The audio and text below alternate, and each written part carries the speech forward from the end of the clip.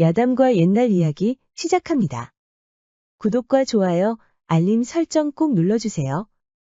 옛날에 사냥을 즐기는 김진사가 있었습니다. 김진사는 어린 시절부터 아버지와 함께 사냥터에 나갔었는데요. 사냥이 거의 일상이다 보니 부인 홍씨와 자주 다투곤 했죠. 마음에 짊어진 짐을 사냥이 덜어준다고 하니 이제 홍씨 부인도 그러려니 했답니다. 그러던 어느 날 김진사가 낙마를 하는 바람에 사냥을 할 수 없게 됐는데요. 부인 홍씨에게는 반가운 일이었지만 김진사가 남자 일을 못하니 점점 불만이 늘어나고 있었습니다. 그렇게 김진사가 밤일을 잘 못하고 있을 때 덕세라는 머슴이 들어왔습니다. 어느 날 홍씨 부인은 의도적으로 덕세 옆에 와서 핀잔을 주었습니다. 덕세야, 그렇게 해서 나무가 잘 쪼개지겠느냐? 왜 그러십니까요, 마님? 무슨 문제라도 있사옵니까? 아니다. 너무 힘을 주는 게 아닌가 해서. 그러다 너 허리 나갈라. 괜찮습니다, 마님. 이래 봬도 이놈이 장작 패는 건 이골이 나 있사옵니다. 그러느냐? 어디 한번 보여줘 보거라. 말이 끝나자마자 덕세는 힘자랑하듯이 도끼를 내려쳤는데요. 그럴 때마다 홍씨 부인은 놀란 가슴을 진정시켜야 했죠. 다음 날에도 그 다음 날에도 홍씨 부인은 장작을 패는 소리가 들릴 때마다 일부러 덕세 앞을 지나쳤습니다. 그러던 어느 야심한 밤에 홍씨 부인은 외로운 밤이 견디기 힘들어 덕세를 불렀습니다. 무슨 일이옵니까, 마님? 덕세야, 이를 어찌하면 좋으냐? 왜 그러시옵니까? 나리께서 이제 사냥을 나가지 못하시니 이제는 종들에게 그 일을 시키실 모양이구나. 이 몸에게 사냥을 시킨다는 말씀이옵니까? 그렇다는구나. 어쩔 수 없지요. 이왕 사냥 나가는 거 날이 못까지 열심히 하고 오겠사옵니다. 그게 문제가 아니지 않느냐? 그럼 뭐가 문제란 말입니까, 마님? 이제 내가 장작을 패는 모습을 볼 수 없지 않느냐? 덕세는 웃음이 터졌습니다. 마님도 참 그깟 장작 패는 거야 얼마든지 마님 앞에서 보여줄 수 있습죠. 당장 내일이라도 보여줄갑쇼. 순진한 덕세는 홍씨 부인의 마음도 모르고 그 우람한 팔근육을 자랑했죠. 홍씨 부인의 말대로였습니다. 다음 날 아침이 밝아오자 바로 덕세를 포함한 종들이 사냥에 나가야 했습니다. 김진사도 사냥터에 나갔지만 몸이 불편해서 구경만 할 뿐이었죠. 김진사는 이제 사냥에 도가 터서 종들의 사냥이 굉장히 서툴러 보였습니다. 그렇다고 불편한 몸을 이끌고 다시 사냥에 나갈 수는 없는 노릇이었죠. 그렇게 답답한 날이 지나가는데 김진사의 불호령이 떨어졌습니다. 이번에도 제대로 사냥감을 잡아오지 못하면 약속한 돈도 받지 못할 뿐더러 당장 김진사 집에서 나가야 한다는 것이죠. 대신에 이 근방을 떠나서 어디를 가도 좋다는 조건을 달았습니다. 덕세와 같은 종들은 늘 김진사 집 근방을 떠날 수 없었기 때문에 꽤 괜찮은 조건이었습니다. 가장 놀란 사람은 홍씨 부인이었습니다. 덕세야, 이를 어찌하면 좋으냐? 이렇게 네가 떠나버리면 난 어찌한단 말이냐? 순진한 덕세는 홍씨 부인이 자신을 충직한 종으로 여기고 이런 덕담을 한다고 믿었습니다. 그렇게 사냥을 나간 덕세와 종들은 핑계 삼아 김진사 집에서 멀리 떨어져 있는 곳으로 떠났습니다. 그렇다고 허송세월 시간을 보낼 수는 없는 노릇이었죠. 이번에도 별다른 사냥감을 가져가지 못하면 쫓겨날 것이 뻔한데 이를 어찌할꼬? 덕세는 이왕 멀리 나온 김에 바람도 쐴 겸 밖을 나섰습니다. 이번에도 사냥이 안 될까 앞이 캄캄했지만 모처럼 자유인이 된 것처럼 묘한 기분이 들었습니다. 선술집에서 술 몇 잔을 걸치고 나온 덕세는 밝은 달빛 덕분이었는지 모든 것이 아름다워 보였습니다. 특히 돌다리를 건너면서 보이는 경치는 그야말로 장관이었죠.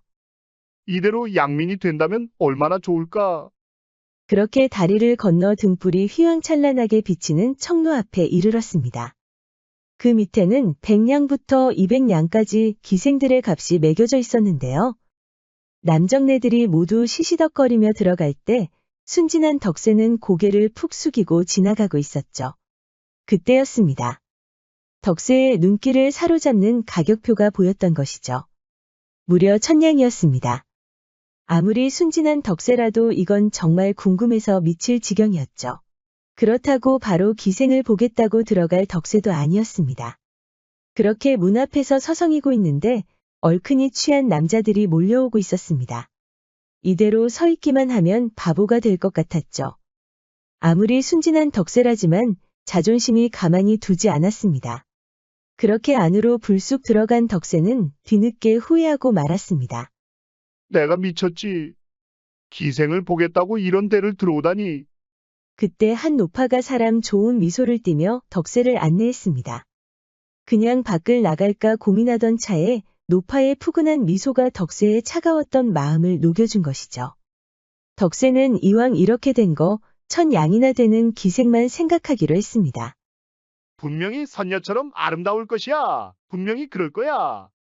덕세가 잔뜩 기대를 하고 있는데 노파는 잠을 자고 갈 것이냐고 물었습니다. 덕세는 씩 웃으며 이렇게 들어온 이상 어쩔 수 없지 않냐고 대꾸했죠. 드디어 문이 열리자 덕세가 천천히 고개를 들었습니다. 눈이 부시게 예쁘다는 표현을 이럴 때 써야 하는 걸까요? 덕세는 화장을 한 여인이 좌우의 시녀를 거느린 채 등장하는 것을 그저 빤히 쳐다만 보고 있었죠. 천하 일색이로구나. 감탄한 덕세는 여인과 눈이 마주친 뒤에야 급히 고개를 숙였습니다. 아무리 순진한 덕세라지만 여인 때문에 온몸이 화끈해지는 경험은 처음이었죠. 시녀들이 나가고 더 가까운 거리에서 보자 정말로 우아하고 아름다운 자태였습니다. 그 와중에 덕세에게 한 가지 의문이 일었습니다. 이 여인의 눈초리에는 기생처럼 느껴지는 구석이 전혀 없었던 것이죠.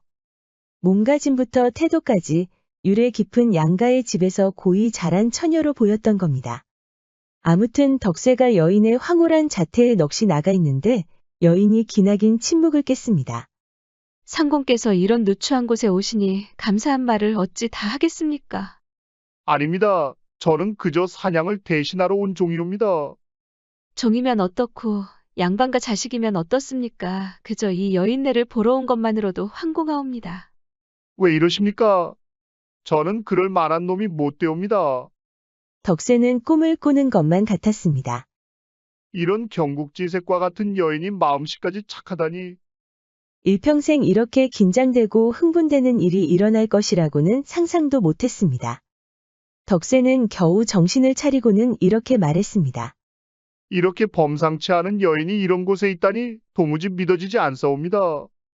솔직히 매우 이상한 일이라고 생각하옵니다.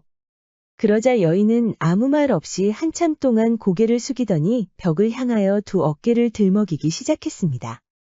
울고 있었던 것이죠. 덕세는 역시나 무슨 사연이 있다고 생각하고 유심히 지켜보았습니다. 이제야 이 여인이 선녀가 아닌 사람이구나 하는 생각이 드니 참았던 숨도 한꺼번에 터져나왔습니다. 죄송하옵니다. 피곤해진 몸을 풀어보기 위해 이렇게 들어온 손님을 불편하게 하다니. 아니옵니다. 필시 무슨 사연이 있는 게 아니옵니까? 그것이 무엇인지 여쭤봐도 되겠사옵니까? 사실 저는 기녀가 아니옵니다. 이 나라 병조 판서의 어엿한 딸이옵니다. 덕세는 깜짝 놀라 그 자리에서 무릎을 꿇었지요. 아이고 마님, 몰라뵈서 죄송합니다. 이러지 마시어요. 저는 이제 보잘것없는 여인이옵니다. 그러지 마시고 제 이야기를 좀 더 들어주시옵소서. 덕세는 놀란 가슴을 진정시키고는 천천히 여인 앞에 앉았죠. 실은 저희 아버지께서 군량과 관련해 큰 피해를 입으셨습니다. 어느 나쁜 사람에게 소가 국고금 2,000냥을 낭비하였습니다. 그 죄로 옥에 갇혀 제가 변상을 해야 하옵니다. 당장 2,000냥을 구할 수 없으니 이 몸이라도 팔아야 했던 것이옵니다. 참았던 서름을 터뜨린 여인은 겨우 눈물을 닦고는 자세를 바로잡았습니다. 제가 잘못 생각했사옵니다. 나리 덕분에 부친께서 무사히 나오시게 되었으니 이제 모두 잊으시옵소서. 안타까운 사연을 들은 덕세는 여인을 향한 동정심과 함께 존경심마저 들었습니다. 어느새 덕세는 청루에 들어왔다는 것도 잊은 채 감격하여 눈물이 그렁그렁했죠. 그런 사연이 있었을 줄이야. 이제 보니 하늘에서 내신 효녀가 아니옵니까? 조금이나마 불경한 마음을 품은 제가 부끄럽사옵니다. 덕세는 주머니에 있던 2,000양을 꺼내 두 손으로 여인에게 바쳤습니다. 이것으로 고생하시는 부친을 구하십시오. 여인은 눈이 휘둥그레졌습니다. 순진한 덕세는 자기 할 일이 다 끝났다는 식으로 그 자리에서 일어섰죠. 이 천한 몸을 위해 아끼지 않고 돈을 주시는 것은 감사하옵니다만 이대로 가시면 제가 어찌 부끄러워 앞으로 살아갈 수 있겠습니까? 덕세는 그저 여인의 마음에 감격해 돈을 꺼낸 것이지만 마땅히 할 말이 떠오르지 않았습니다. 그때 김진사가 자비를 베풀 때마다 효심을 얘기하던 것이 떠올랐습니다. 김진사가 아니라 바로 하늘이 그 효심에 감사해 자비를 베풀었다는 뜻이죠. 덕세 역시 김진사의 말을 빌려 그 효심에 감동한 하늘이 돈을 주는 것이라고 말했습니다. 정 그러시다면 제 말을 조금 더 듣고 가시옵소서. 덕세는 어쩔 수 없이 다시 여인의 앞에 앉았습니다. 그냥 가시겠다면 제 마지막 청이라도 들어주시옵소서. 아버지를 구해주신 나리를 제 군자로 삼고 싶사옵니다. 이번에는 덕세가 눈이 휘둥그레졌습니다. 이렇게 선녀와 같은 여인 집에 가장이 된다니. 아니 될 말이옵니다. 제가 어찌 감히. 이 청마저 들어주지 않으신다면 제가 부끄러워서 살 수가 없사옵니다. 부디 들어주시옵소서. 어쩔 수 없이 덕세는 청을 받아들이고 그곳을 나왔습니다. 다음 날 덕세는 여전히 꿈을 꾸는 것 같았습니다. 아직도 눈이 부시는 그 여인과 2,000양을 맞교환한 것은 아닌가 싶어서 볼을 꼬집어 보기도 했죠. 덕세의 사정을 들은 김진사는 분노할 수밖에 없었죠. 사냥감도 제대로 가져오지 못했으면서 2,000양이나 되는 돈을 일면식도 없는 여인에게 줬다고 하니 얼마나 기가 막히겠습니까? 그래도 김진사는 덕세의 자비를 긍정적으로 봤는지 내쫓지는 않고 옥에 가둬놓고 음식도 제때 챙겨주었죠. 덕세가 섭섭했던 것은 바로 홍씨 부인이었습니다. 그렇게 덕세를 좋아하던 홍씨 부인은 그새를 못 참고 몸집 좋은 머슴을 데려왔던 겁니다. 홍씨 부인은 덕세가 보는 앞에서 새로운 머슴과 희희낙낙하고 있었습니다. 마님, 이놈을 벌써 잊으신 것이옵니까? 덕세야, 그러게 왜 그런 짓을 했느냐? 마님은 이미 제가 도착하기도 전에 머슴을 새로 데려오지 않았사옵니까? 그래서 어쩌라는 것이냐? 시기라도 하는 것이냐? 홍씨 부인이 가증스러운 미소를 짓자 그제야 덕세는 이용만 당하는 상놈이라는 것을 깨달았죠. 그렇게 세월이 흘러 덕세가 살 의욕도 없어졌을 때 김진사가 종들을 불렀습니다. 김진사는 이번에도 사냥을 제대로 하지 못하면 아예 목숨을 부지할 수 없을 것이라고 으름장을 놓았습니다. 기존에 있던 종들도 놀랐지만 새로운 종들에게도 더 큰 충격이었죠.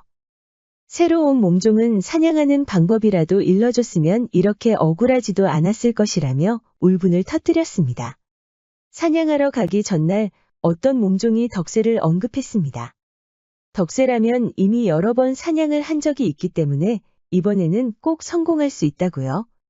덕세가 사냥 경험이 더 많은 건 사실이지만 이미 제대로 사냥감을 가져오지 못한 것도 사실이었죠. 그래서 한 약삭빠른 종은 이런 아이디어를 냈습니다. 종들이 돈을 모아서 그 2,000양을 갚아주고 대신에 덕세를 이번 사냥에 내보내자는 것입니다. 한마디로 자기들 대신 덕세한테 죽으라는 것이죠. 김진사가 자리에 없을 때 종들이 홍씨 부인에게 이와 같은 건의를 했습니다. 홍씨 부인 입장에서는 눈에 거슬리는 덕세를 없앨 수 있는 절호의 기회였죠. 김진사에게 종을 보내 의견을 물어야 했지만 홍씨는 종들의 의견을 받아들였습니다. 그렇게 덕세는 풀려났지만 다시 사냥을 하러 가야 합니다. 이번에 제대로 사냥을 못하면 죽어야 했지만 순진하고 책임감까지 강한 덕세는 군말 없이 길을 나섰습니다. 그렇게 먼 길을 떠난 덕세는 돌다리에 이르렀습니다. 어차피 죽을 몸이니 술이나 얼큰하게 취한 뒤에 이 자유를 느끼기 위한 것이었죠. 역시 사냥은 실패했습니다. 사냥의 경험이 있다고 하지만 아직 덕세에게는 부족했던 겁니다. 그렇게 체념하고 돌다리를 건너고 있는데 시녀들을 거느린 여인이 나타났습니다. 귀티가 흘러보이는 이 여인은 덕세 앞에 멈춰 섰습니다. 그리고는 갑자기 넙죽 엎드리는 게 아니겠습니까? 덕세는 깜짝 놀라 뒤로 물러섰습니다. 누구신데 저에게 이렇게 나오시는 겁니까? 그 여인은 덕세에게 이름을 물었고 대답이 나오자 수레에 타기를 권했습니다. 아닌 밤중에 홍두깨라더니 어여쁜 여인이 갑자기 수레에 타라니 덕세는 어안이 벙벙했습니다. 더 놀라운 것은 그 여인이 덕세에게 매부라고 부르는 겁니다. 여인은 자세한 이야기는 조용한 자리에서 올리자며 수레에 계속 타기를 권했습니다. 어차피 죽을 몸이라고 믿었던 덕세는 수레를 타고 궁궐 앞에 도착하고 또 한 번 놀랐습니다. 덕세는 여인이 안내하는 대로 궁궐 안으로 들어갔습니다. 그곳에서 한참 기다리고 있는데 그 여인보다 더 아리따운 귀부인이 들어오는 겁니다. 덕세는 깜짝 놀라 바로 무릎을 꿇고 고개를 푹 숙였습니다. 마님, 무슨 일이신지 모르겠사오나 저에게 무슨 큰 죄라도 있사옵니까? 귀부인은 미소를 짓더니 천천히 입을 열었습니다. 서방님, 저를 잊으셨습니까? 덕세는 천천히 고개를 들었고 너무나 깜짝 놀라 외마디 비명을 질렸죠. 귀부인은 덕세의 순수한 모습에 다시 한번 미소를 지었습니다. 그렇사옵니다. 아무런 대가도 없이 2,000냥을 받았던 그 비천한 여인이옵니다.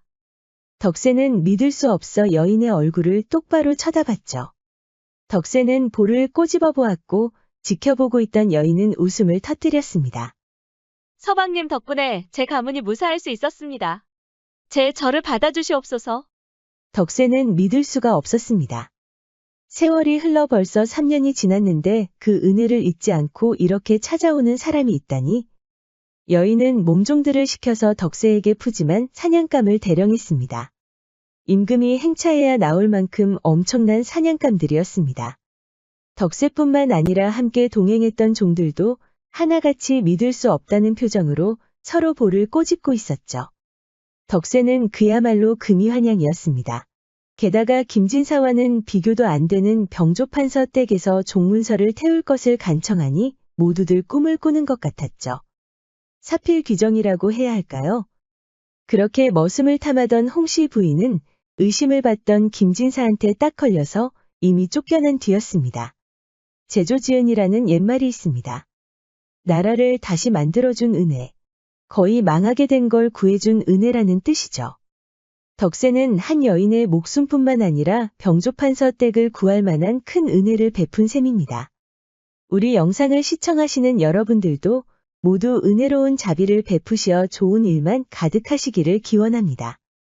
구독과 좋아요, 알림 설정 부탁드립니다. 앞으로도 재미있는 이야기가 많으니 다른 영상도 재미있게 봐주세요.